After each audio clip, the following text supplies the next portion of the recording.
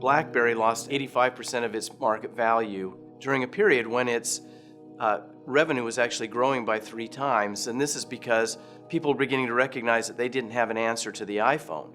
Similarly, Uber was first to market with ride sharing, and today they have competition, but they give about 10 times more rides than Lyft does, and their market cap is more than 3 times that of Lyft. So the advantage of being able to see these things ahead of your competition is just huge in terms of the value that it can create for your company and your shareholders. So we have developed a new technique which brings 4 tools together, which are fairly commonly known tools, but that combined dramatically increase the ability to forecast if a technology will take off, when it will take off, and how steeply it will penetrate the market. The first of those tools is the experience curve.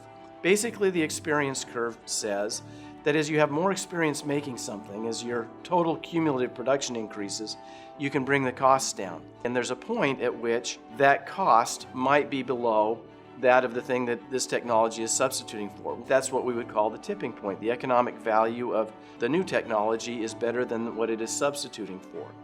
And that works great for things like, for example, fracking. And in the natural gas industry, we saw that fracking took off once the cost of fracking dropped below the market price for natural gas.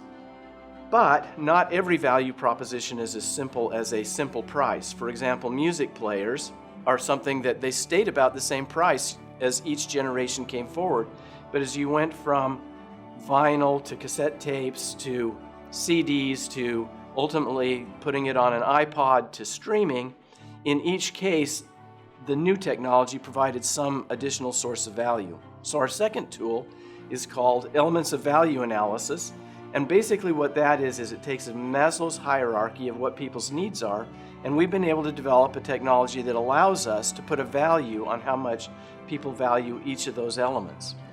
That allows us to then say, okay, here's when this product will have a value that is greater than what it is substituting for, and gives us a much more sophisticated look in even complex value propositions.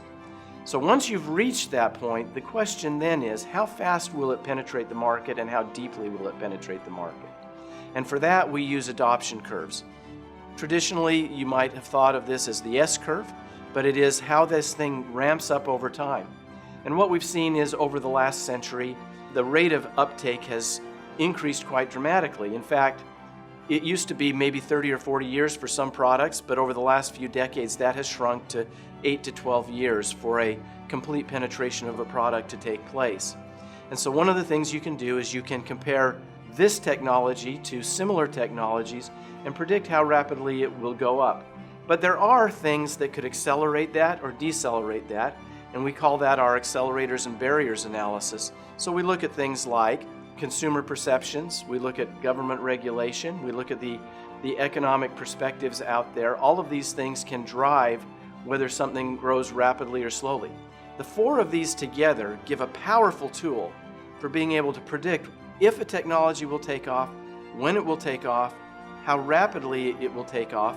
And even though there are uncertainties, we can then set up signposts so that a company can watch those signposts and develop a dynamic strategy to know what actions they should take as soon as they see that signpost flashing red, which allows them to get out in front of the competition.